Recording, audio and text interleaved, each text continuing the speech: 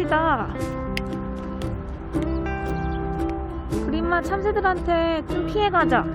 참새들끼리 놀라고. 우리는 이렇게 해서 한강으로 갈게요. 강 주변으로. 자, 킁킁킁킁 이쪽으로 오세요. 이야, 한강이 다 얼었어. 와, 어떡하냐. 야, 진짜 추운가 보다. 오, 신기해라. 아, 예전에는 이런 논두렁 같은 스케이트장도 있었는데. 가자, 그림아. 거기로 가보고 싶어? 아니야, 일로 가자. 가자, 엄마랑 가자. 누구 있어? 일로.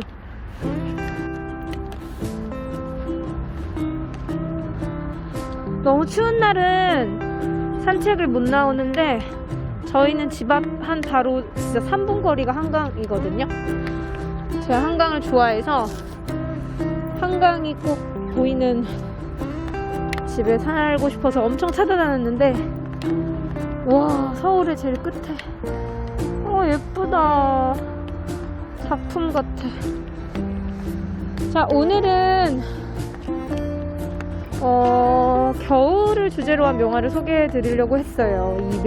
모네가 겨울에 센강에 얼음이 둥둥 떠내려왔을 때 그 장면을 놓치지 않고 그린 작품들이 있거든요. 그래서 인상파들이 겨울 풍경을 참 많이 남겼는데 저는 모네가 그린 겨울 풍경을 상당히 좋아해서 그 장면을 소개해 드리려고 했으나, 또 여기 그림이가 있어가지고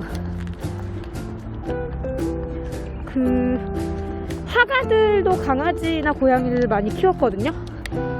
그래서 화가들의 강아지랑 고양이도 소개해드리고 싶네요. 둘 중에 그러면 먼저 모네가 그린 겨울 풍경을 소개해드리고, 그 다음에 화가들의 강아지나 고양이를 소개해드리면 될 것 같아요. 지금 여기도 얼음이 좀 깨져 있는데, 리마 저기 좀 봐봐. 가보자. 한강이 오니까 너무 신기하네요. 갑시다. 오늘은 클로드 모네의 그림 중 눈이 있는 겨울 풍경을 제가 소개해 드릴까 합니다. 모네는 인상파 화가들 중에서도 겨울 풍경을 상당히 많이 남겼는데요.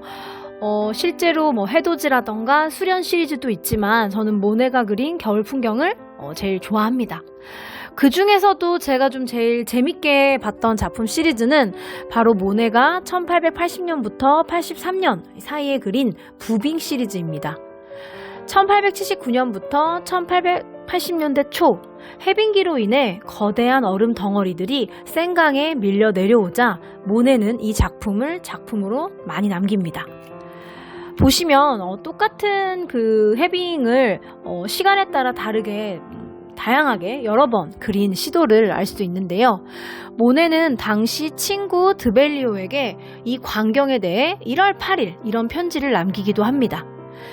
이곳의 얼음 깨지는 모습은 전율을 불러일으킵니다. 그 광경을 어떻게 다룰지 고심하는 것은 자연스러운 일일 것입니다.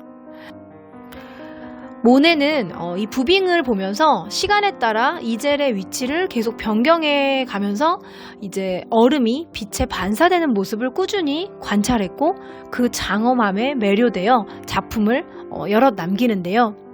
실제로 모네의 작품을 보면 이 강 위에 떠있는 이 부빙들이 마치 구름처럼 보이기도 하죠. 그래서 어디서부터가 구름이고 어디까지가 강이고 어디까지가 하늘인지 좀 구분이 안 가는 이런 모습들이 상당히 몽환적으로 보이기도 합니다.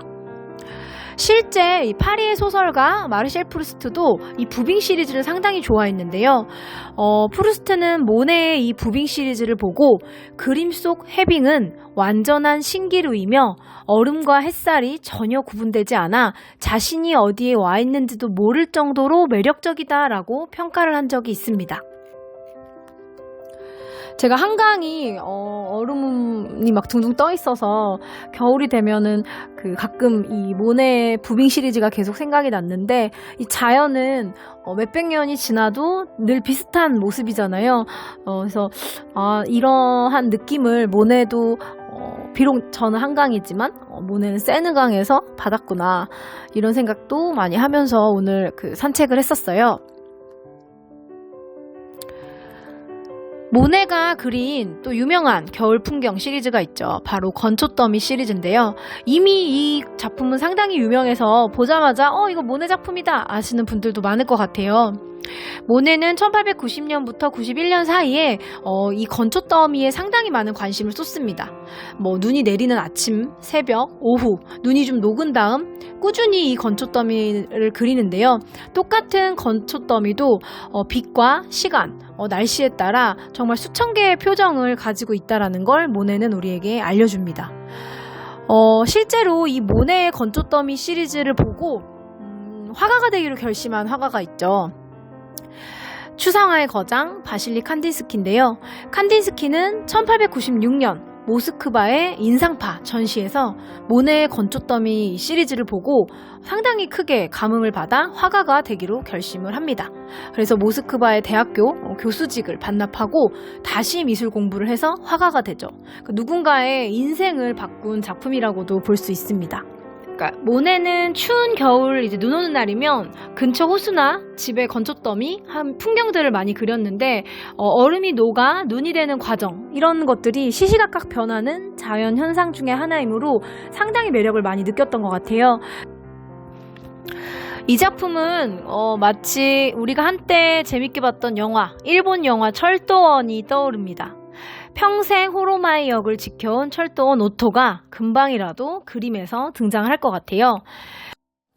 제가 마지막으로 소개할 작품은 모네가 북유럽으로 가서 이제 남긴 풍경화예요. 모네가 노르웨이로 여행을 가서 그린 그림들이 있는데 이 시리즈도 상당히 폭신폭신합니다.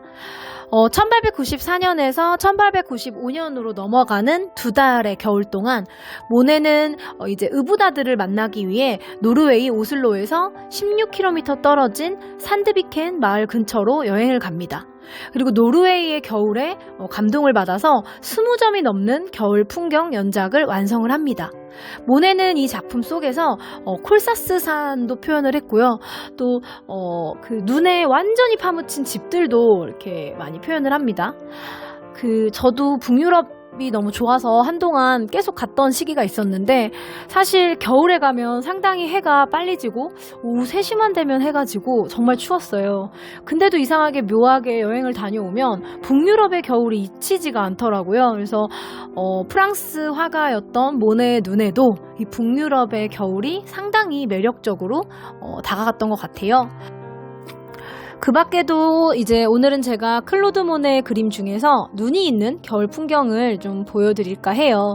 작품이 상당히 많지만 제 취향에 의해 이제 선별을 한 거니까 보시면서 모네가 그린 겨울 풍경들 중에서 여러분들은 어떤 작품이 가장 마음에 드는지 생각도 해보시고, 또 다시 날씨가 추워졌기 때문에 전 또 기분이 나쁘지만 않더라고요.